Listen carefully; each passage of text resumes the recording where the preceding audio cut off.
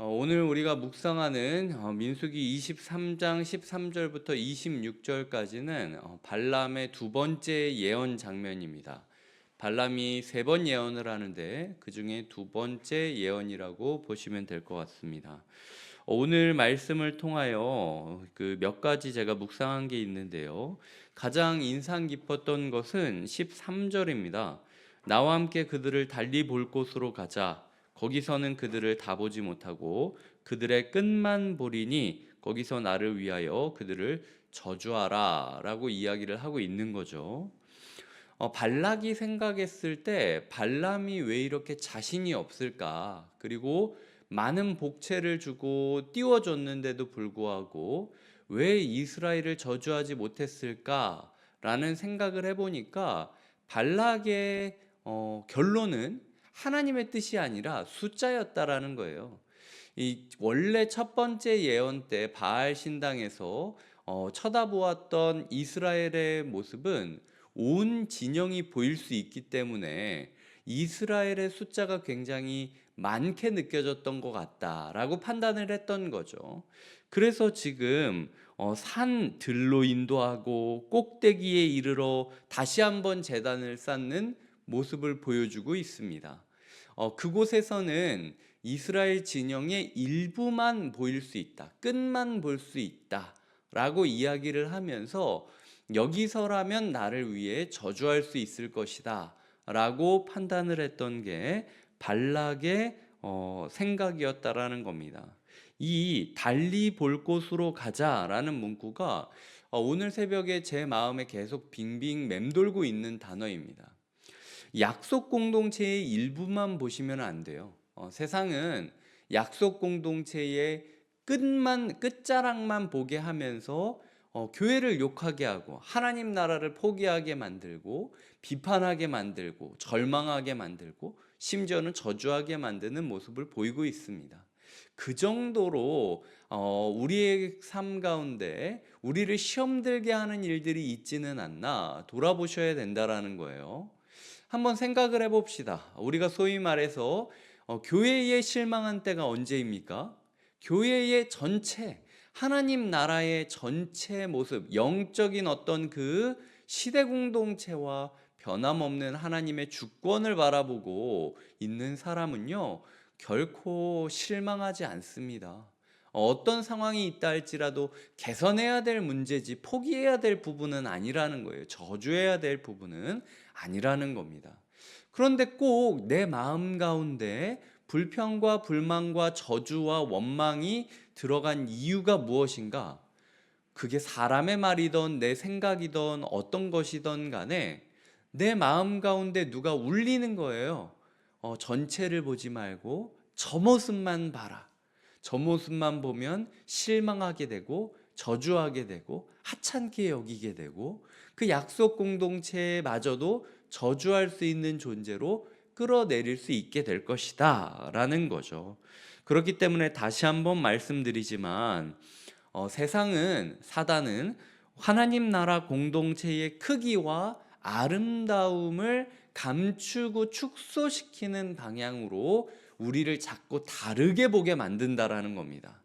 오늘도 우리 교회를, 오늘도 하나님 나라를 다르게 보게 만들려고 애를 쓰고 있는 하나님의 대적자들을 우리가 직시해야 된다라는 거죠.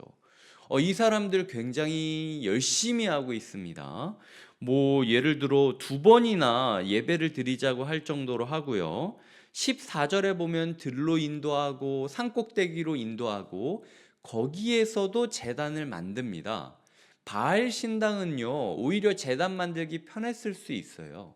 원래 자기들끼리 종교의 중심지였기 때문에.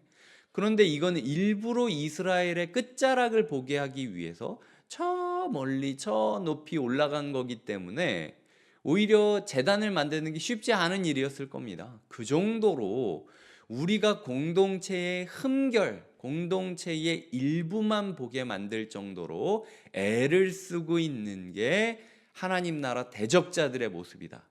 그렇기 때문에 우리가 전체를 보고 있는가, 일부를 보고 있는가 라는 부분을 기억하시면 좋을 것 같고요.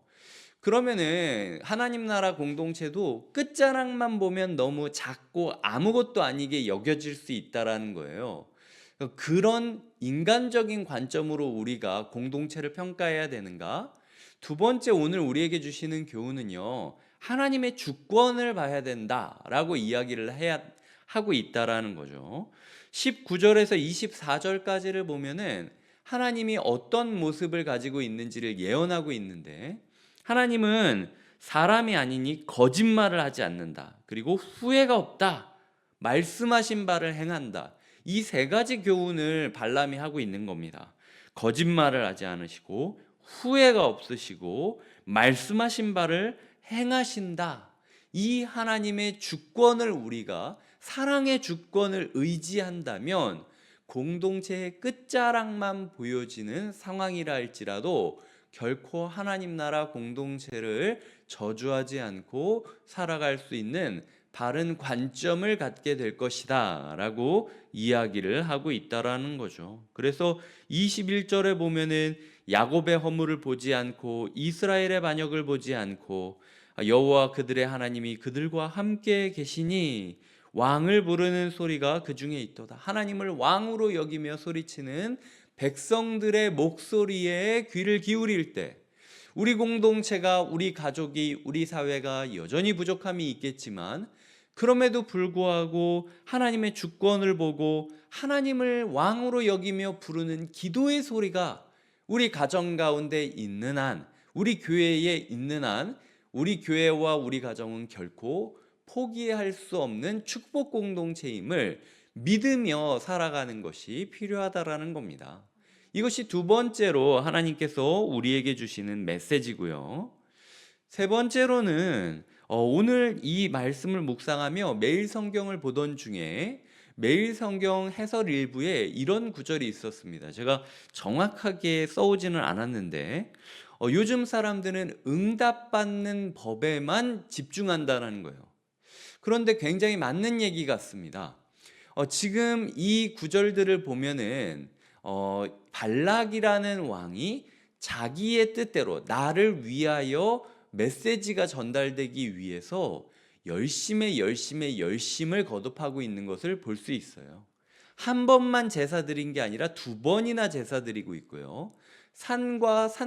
들과 산꼭대기로 올라가서 7 제단을 쌓고 번제를 드릴 정도로 애를 쓰고 있습니다.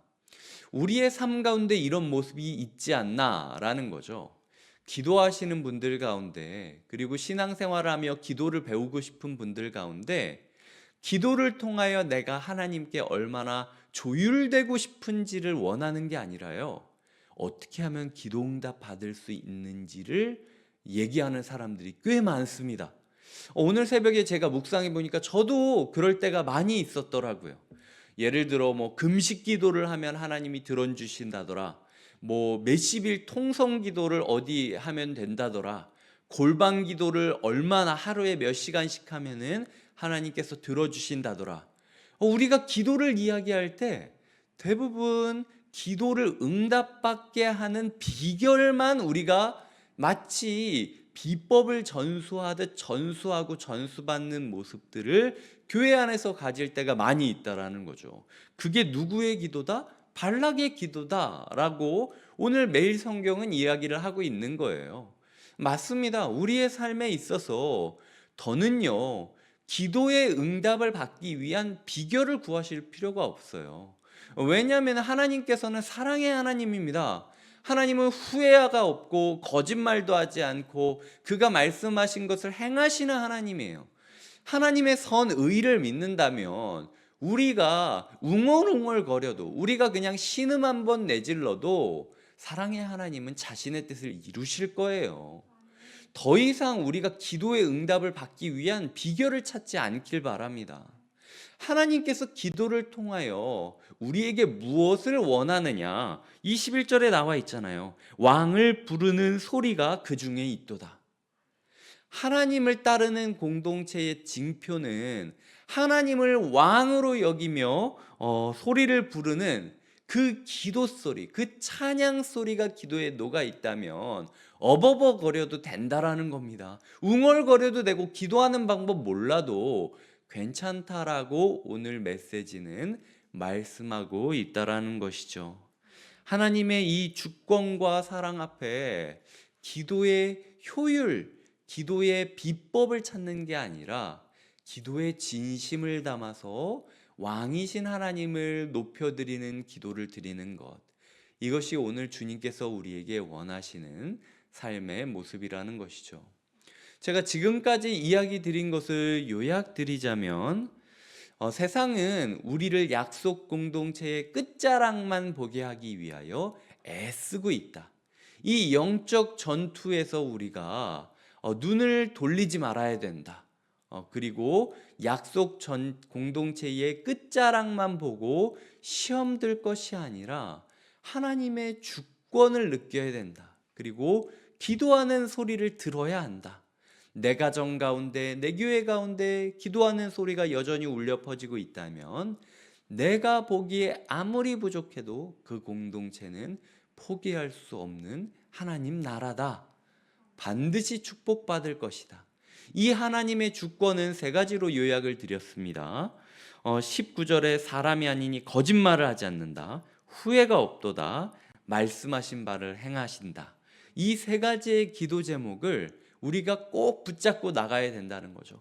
하나님 말씀하셨잖아요. 거짓말하지 않으신다고. 제가 예전에 하나님을 처음 만났을 때 이런 마음을 주셨잖아요. 하나님 거짓말하지 않으시는 분이니 저 주님 믿겠습니다.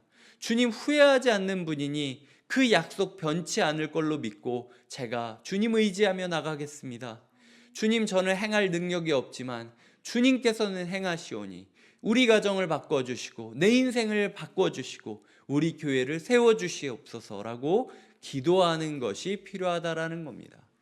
그리고 우리의 삶에 이 하나님의 주권을 보기 위해 필요한 것은 단 하나, 왕을 부르는 소리들이 들릴 정도로 우리가 기도해야 된다라는 거죠.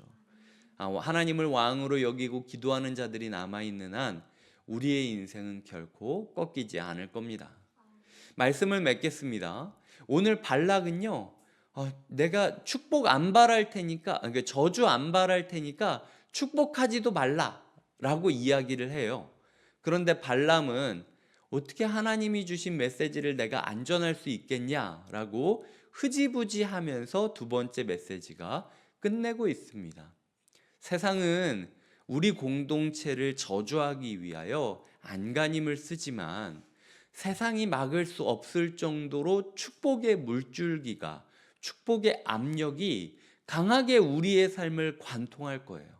하나님은 우리를 사랑하십니다. 하나님은 우리를 포기하지 않으실 것이고 이제부터 시작될 가나안 정복 전쟁 가운데 오직 하나님의 사랑과 주권만 드러날 수 있도록 하나님은 인도해 주실 겁니다. 하나님께서 우리의 삶을 그렇게 축복의 압력으로 밀어가시기를 간절히 축복드립니다. 기도하시겠습니다. 하나님 아버지, 오늘도 우리가 말씀을 봅니다. 오늘 이 새벽에 자리에 나왔음에도 불구하고 하나님의 말씀에 인생이 조율될 생각은 하지 않은 채로 어떻게 하면은 내 기도의 제목이 이루어질 수 있는 방법만 찾고 있는, 기도의 효율과 기도의 비법만 찾고 있는 나의 열심을 바라보게 됩니다.